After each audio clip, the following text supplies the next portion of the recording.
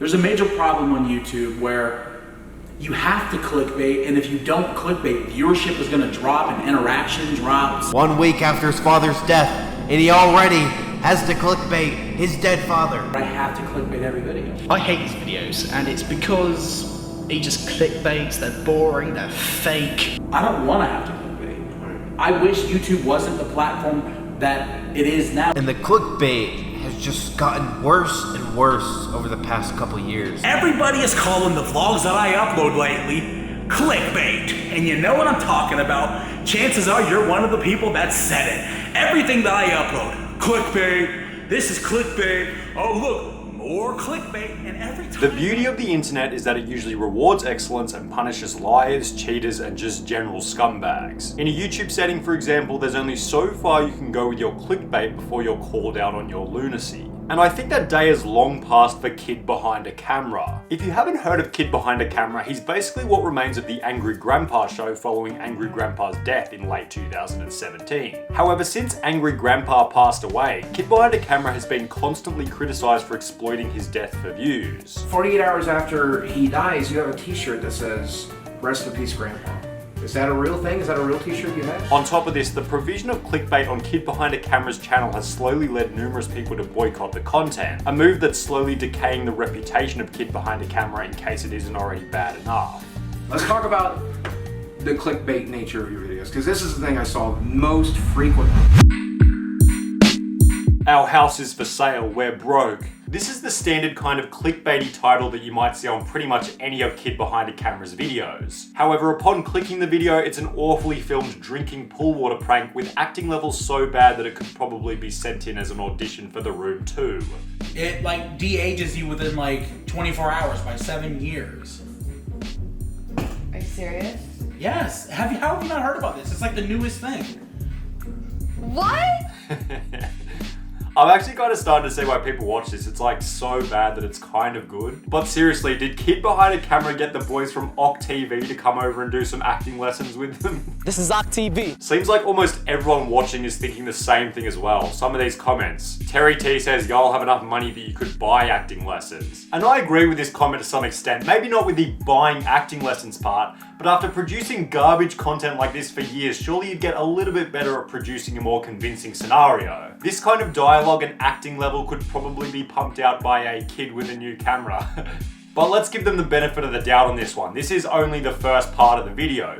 Maybe in later parts of the video they do reveal some consistency with the title by revealing that they are in fact selling their house and are broke. Let's examine the first half of the title, the statement that they're selling their house. Then let's watch the video to see if this is actually the case. We're not selling our house. No, this is not the time to do it because we're gonna get over if we do it right now. You're not selling our house because this happens every year. Okay, so you've actually blatantly said in the video, no, you're not selling your house, and you've also made it very clear in the video that you have no intention of selling your house. The title proclaiming that you're selling your house was actually just a real estate agent dropping their card off saying that they offer real estate agent services. Alright, so that's proven the first half of the title to be clickbait. You're clearly not selling your house. What about the second half of the title, we're broke, in big asterisks? We're good. We have a lot of money.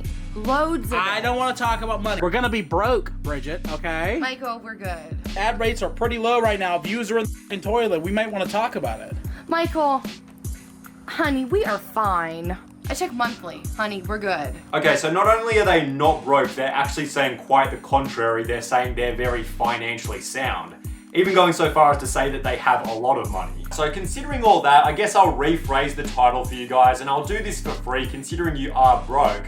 Or wait, maybe you're not, because looking at your social blade between Angry Grandpa and Kid Behind a Camera, you're gaining about 30 million views per month. At $2 per 1,000 views, that's about 60 grand a month. Plus throw in merch sales, and you're probably bordering about $1 million per year. And not that there's anything wrong with having money, like quite the contrary, more power to you. But earning almost $1 million a year and putting in your title that you're broke just to get clicks is a little disingenuous to me. Perhaps a more appropriate title would be, a real estate agent put a card in our mailbox asking if we want to sell. We don't want to sell our house, we have money. In Kid Behind a Camera's interview with Boogie2988 back in 2018, his justification for the clickbait was that without the clickbait, it just wasn't as interesting. But my question is, why do you do that? What's the point? Well, Most basic answer I can give right now, just to that one point, is what else am I gonna call the video? I kissed Boogie 2988. You know what I mean? I mean, Like, sure. That's not as interesting though. Like, So by this dogma, you're saying that I can call this video whatever I want as long as it's interesting at the end of the day. How about Kid Behind a Camera has died? How about Angry Grandpa returns from the dead?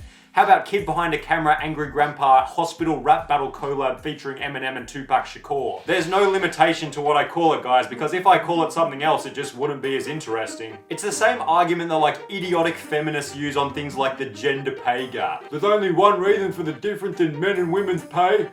Gender! It's a stupid single layer argument that fails to take into account all the other equally important factors just because it makes sense on a super basic level. There's only one reason I need clickbait, because it's not as interesting without it. No, there's way more at play here. Let's look a little bit further. there's a major problem on YouTube where you have to clickbait, and if you don't clickbait, viewership is gonna drop and interaction drops and everything. Again, he's saying this the wrong way. You can still get viewers by having an enticing title and thumbnail, then matching good content with that enticing title and thumbnail. However, the problem is it's hard to match good content with an enticing title and thumbnail if the content isn't good. I don't wanna have to clickbait. I wish YouTube wasn't the platform that it is now where I have to clickbait every video. I don't wanna do that, man. The issue is not with YouTube. The issue is that you need to clickbait when your content is completely uninteresting. It's so easy to blame YouTube and just say, oh yeah, it's YouTube's fault that I need a clickbait, not mine at all. Of course, that's the easiest possible solution. Just blame someone else. And if Darkside Phil has told us anything, it's that blaming YouTube and not yourself kills a channel pretty damn quickly, because you're expecting something massive to change like YouTube. You can't change YouTube, you can only change yourself. 60,000 videos on YouTube and you're still broke. Yeah, you're right. You wanna know why, Tower Cat? Because YouTube f***ed me. And that's just the classic case of refusing to take responsibility. Look, I'll point out the real reason why Kid Behind a Camera needs to clickbait. His content is garbage, that's why. And here's a supporting theory for that. Kid Behind a Camera's new video was hyped on Twitter in 14 different tweets. Kid Behind a Camera clearly knew that by his standard, this new video was a good video comparative to the rest. So the result, no clickbait, big surprise. Now obviously one video isn't rock solid evidence, however I find it interesting that how bad the video seems to correlate pretty well with how hard it's clickbaited on the Kid Behind a Camera channel. The second and possibly more insidious thing that Kid Behind a Camera has been criticized for is the financial exploitation of Angry Grandpa's death. 48 hours after he dies, you have a t-shirt that says, "Rest in peace, Grandpa." Is that a real thing? Is that a real t-shirt you have? Now this part is a difficult topic to cover because ethics aren't really universal. What might seem ethical to someone might not seem ethical to someone else. Like for example, in the clickbait option, we can just go through, we can have a look at a few different videos and we can pretty easily tell if it's clickbait or not. But with this next part, you really have to take morality into account. I think the best way to cover this is to lay out the scenario and the facts, and then I'll let you draw your own conclusion. Following Angry Grandpa's death in December 2017, Kid Behind a Camera uploaded the video RIP Angry Grandpa, announcing that Angry Grandpa had unfortunately passed away. Today, we lost Angry Grandpa. Now, I don't think there's anything wrong with uploading a video letting everyone know that the person who the channel was based on had passed away. There had to be some kind of announcement, and I don't think a community or Twitter post would have sufficed. So there's really nothing wrong with uploading a video. Even with monetization, I don't really see too much of a problem. However, there was something else included in the video description that sparked a bit of controversy, a link to RIP Angry Grandpa merch. Now obviously, depending on who you ask, this might have crossed the line, but in my opinion it's like, could you really do anything that would exploit the death of your own dad more than selling merch relating to their passing? Kid Behind a Camera's justification for this was that he didn't design the t-shirts and that it was a different company called Broadband TV. That's not me, I don't design the t-shirts. That was Broadband TV. However, in my opinion, this kind of statement doesn't really justify it all though. You still gave the go-ahead at the end of the day. The merch was still being sold under your branding and channel. You can't blame another company for the design and then use that as justification to exploit your own dad's death to sell merch. In the next part, it was explained that it was Angry Grandpa himself wanting Kid Behind a Camera to sell RIP Angry Grandpa merch to honor his own death after passing. He said, Mike, I don't know how much longer I got, so talk to the people and see if they can work with a tribute shirt.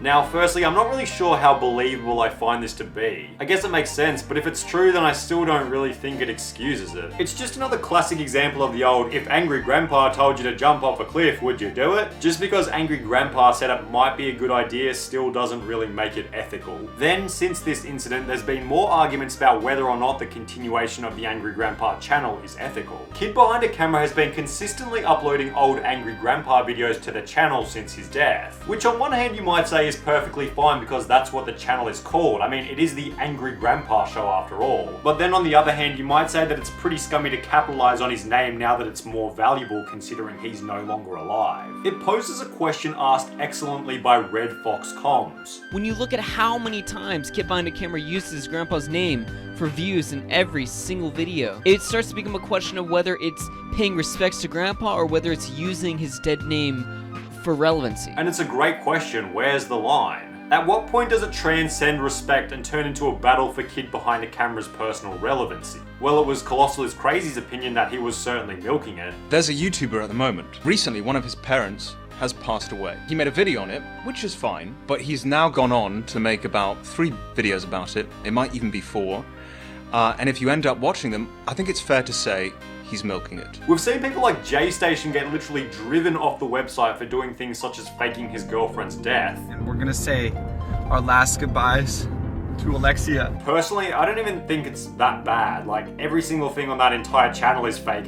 Why would you expect that to be any different? But why have very few people ever called Kid Behind a Camera out on actually exploiting his own dad's death for views and merch sales? I mean, which is really worse? Faking your girlfriend's death on a channel that everyone knows is fake? That's it right there.